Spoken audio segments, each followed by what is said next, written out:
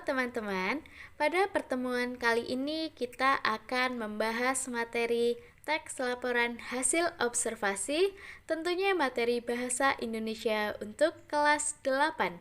Nah, sebelumnya apa itu observasi? Apakah di sini ada yang tahu apa itu observasi? Tindakan mengamati suatu objek atau peristiwa secara seksama disebut dengan observasi. Tujuannya adalah memperoleh informasi yang tepat dan menyeluruh.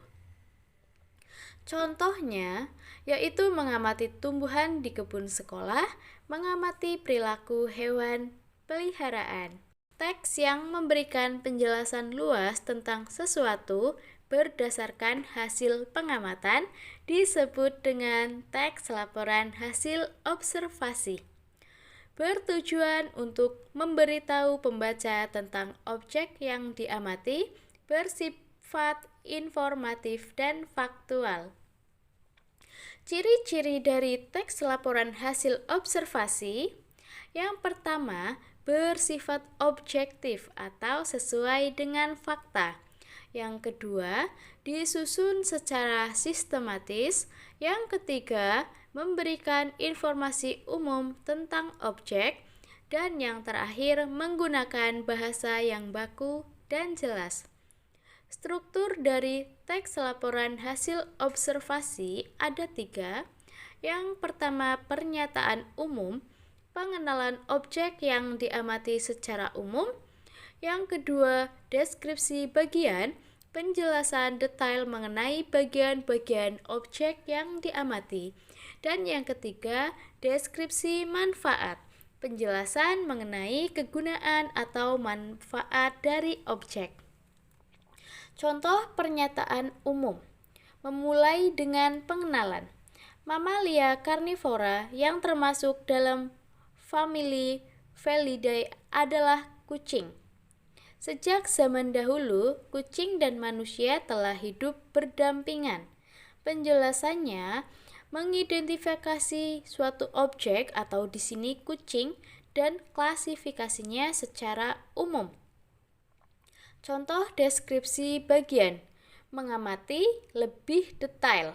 Kucing memiliki 4 kaki dengan cakar yang dapat ditarik dan tubuh yang lincah dan fleksibel. Dengan telinga tegak dan sepasang mata yang tajam, kepalanya relatif kecil. Penjelasannya yaitu menjelaskan bagian-bagian fisik dari kucing secara rinci. Contoh deskripsi manfaat atau opsional, kegunaan objek yang diamati.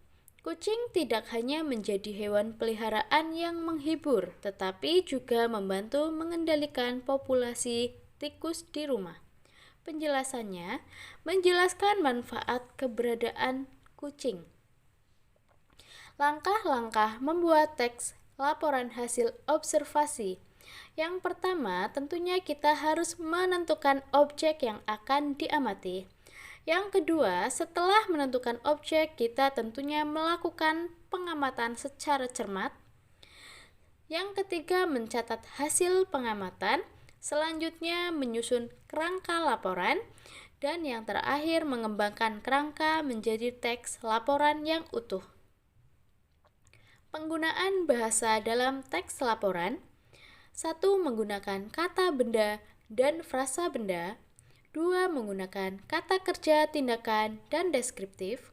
3. Menggunakan istilah teknis atau ilmiah jika perlu. 4. Menghindari penggunaan bahasa yang subjektif atau opini pribadi.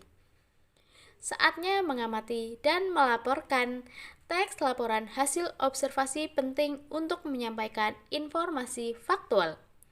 Nah, di sini kalian akan berlatih membuat teks laporan hasil observasi tentang objek di sekitar sekolah atau di sekitar rumah. Pilihlah satu objek di sekitar kalian, lakukan observasi dan catat hasilnya. Nah, pada minggu depan atau pertemuan selanjutnya kita akan belajar menyusun laporannya. Terima kasih atas perhatiannya. Semoga pengenalan tentang teks laporan hasil observasi ini bermanfaat dan membuat kalian semakin tertarik untuk mengamati dunia sekitar kita. Selamat berkreasi dalam pengamatan kalian. Untuk yang membutuhkan PPT ini bisa download linknya di description yang sudah saya cantumkan. Sampai ketemu di video selanjutnya. Salam sukses untuk kita semua.